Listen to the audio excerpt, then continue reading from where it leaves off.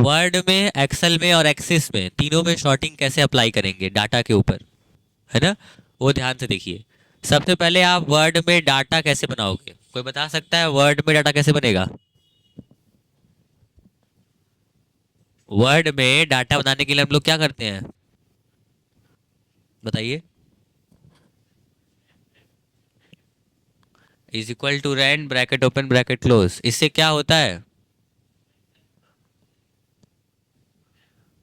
Random paragraphs आते हैं, है ना? अगर हम चाहते हैं कि पैराग्राफ आए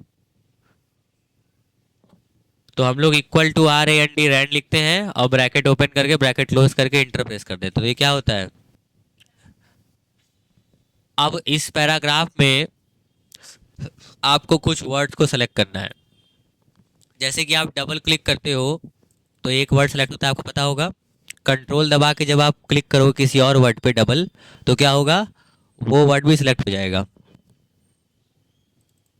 जैसे कि देखो ऐसे, ठीक है? अब ध्यान दो, अगर हम इसी तरीके से कंट्रोल प्रेस किए हुए हैं और सारे वर्ड को सेलेक्ट कर लें तो ध्यान से देखो,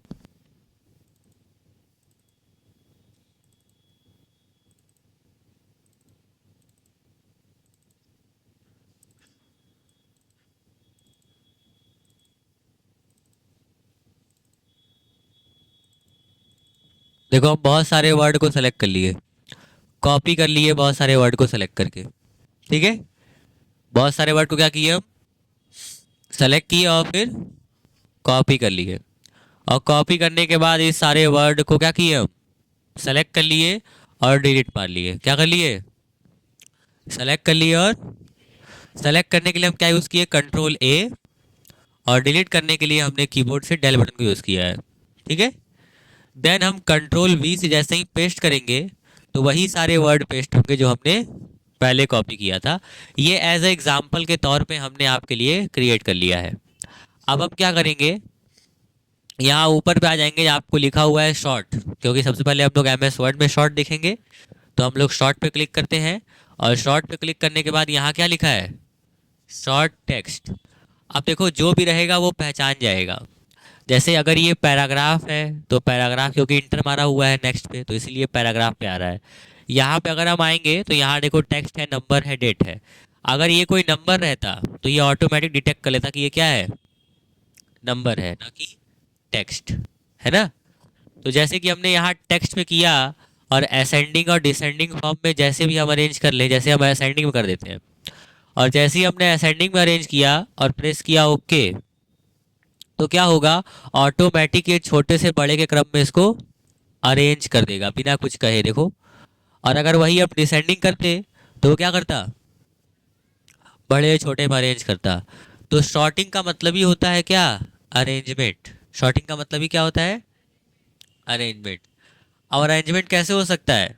चाहे वो लार्जेस्ट टू स्मॉलेस्ट हो, चाहे वो ओल्डेस्ट टू न्यूएस्ट हो, और चाहे वो टेक्स्ट के केस में, बताओ। अभी तो किया आपके सामने, टेक्स्ट के केस में असेंडिंग और डिसेंडिंग के फॉर्म में, है ना? मेरी बात समझ रहे हैं?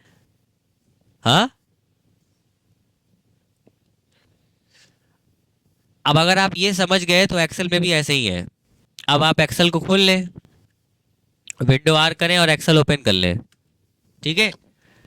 एक्सेल में मान लीजिए एक शीट हम खोल लेते हैं जिसमें आपको दिखेगा शॉर्टिंग और फिल्टर। देखिए, उम्मीद है आपको दिख रहा है।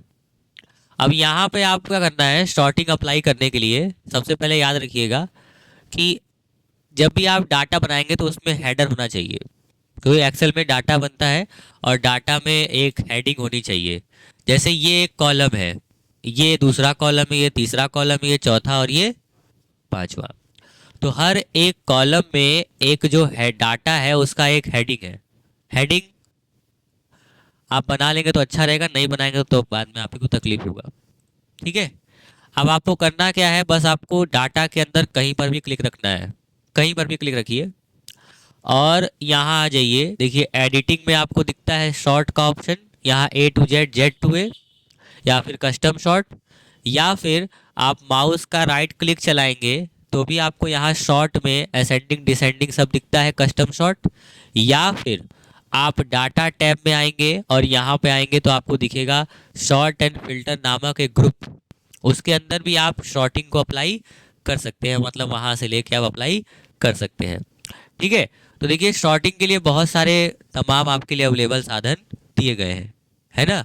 यानी आप यहाँ से भी कर सकते हो, आप यहाँ से भी कर सकते हो, राइट क्लिक करके भी कर सकते हो, और न चाहो तो आप एक शॉर्टकट याद कर लो। वो शॉर्टकट क्या है?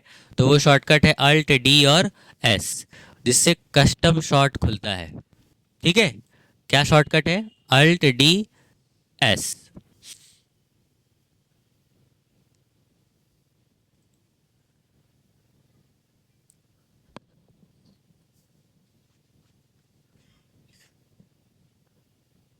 अब शॉर्टिंग का मतलब, जैसे कि आप एमएस वर्ड में देखे थे, शॉर्टिंग का मतलब होता है अरेंजमेंट। यहाँ पर भी शॉर्टिंग का मतलब क्या होगा? अरेंजमेंट ही होगा, चेंज नहीं हो जाएगा। बस यहाँ डाटा है, डाटा के हिसाब से आपको शॉर्टिंग और फिल्टर अप्लाई करना है। ठीक है, अब देखो शॉर्टिंग के साथ साथ एक फिल्टर का भी टर्म आता है। फिल्टर को आप लोग डिस्कस कर लेते हैं यहाँ एक्सेल में, है ना। लेकिन वर्ड में आपको शायद ही फिल्टर देखने को मिले, है ना। वर्ड में सिर्फ क्या है? शॉर्टिंग ऑप्शन है ना। चलो, तो हम लोग क्या करेंगे, यहाँ पे आ जाएंगे। देखो यहाँ पे Z2 है, और पहले A to Z और Z2 को समझ लेते हैं। जैसे मान लो एक कॉलम है खाली, इसको सॉर्ट करना है, तो हम लोग क्या करेंगे, यहाँ पर आ जाएंगे और यहाँ A to Z कर देंगे, तो सिर्फ ये वाला कॉलम शॉर्ट हो जाएगा। देखो, लेकिन ऐसा नहीं है कि अगल बगल वाला खराब हो जाएगा, पूरा एक साथ होगा। जैसे ये शॉर्ट होगा ना, तो ये अपने साथ इस पूरे को ऊपर नीचे करेगा, खाली अकेले नहीं होगा। अकेले होगा तो खराब नहीं हो जाएगा डाटा, है ना। हो जाएगा ना, बोलो। अब देखो यहाँ क्लिक करेंगे, A to Z कर देंगे। A to Z का मतलब, हाँ। अब देखो तो ये क्या हुआ, पहले माइक्रो फोन आ गया, फिर क्या आया, माइक्रोवेव, फिर मॉनिटर आया, और फिर ओवन आया, फिर रेफ्रिजरेटर, फिर स्कैनर, उसके हिसाब से आ रहा है। अब ये सिर्फ क्या हुआ है, एक डाटा शॉर्ट हुआ है, मतलब एक फील्ड शॉर्ट हुई है आपकी। इस तरीके से आप और भी शॉर्ट अप्लाई कर सकते हो। मेरी बात समझे? हम्म। और क्या शॉर्टिंग में अप्लाई किया जा सकता है, बता सकते हो? हाँ, Z2 में अप्लाई कर सकते हो। अब इसी तरीके से आप देखो एक्सिस में भी अप्लाई कर सकते हो शॉर्टिंग। कैसे? एक्सिस खोल लो, कोई डाटा वहाँ खोल लो, है ना। कोई भी आपका जो डाटा हो वो आप क्या कर लो, वहाँ पे ओपन कर लो, फिर वहाँ शॉर्टिंग अप्लाई कर दो, है ना। जैसे एग्जांपल देखो, यहाँ हम लिखते हैं क्या, MS एक्सिस, तो देखो एक्सिस खुल जाएगा। और एक्सिस में हम लोग क्या करते हैं, कोई भी एक चीज ओपन कर लेते हैं। जैसे मान लो यही ओपन कर लेते हैं, ठीक है। और यहाँ से ना जो मेरा डाटा था, वही एक्सेल वाला वही यहाँ खोल लेते हैं। एक्सटर्नल डाटा में आओ, यहाँ से आओ और फ्रॉम फाइल एक्सेल में आ जाओ और ब्राउज कर लो फाइल को, है ना।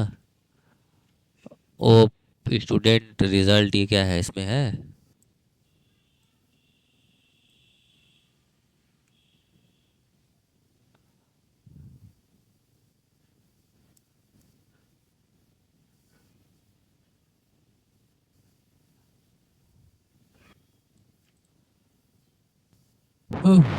ये वाले ले क्या, चलो इसी को ले लेते हैं, ओपन करो।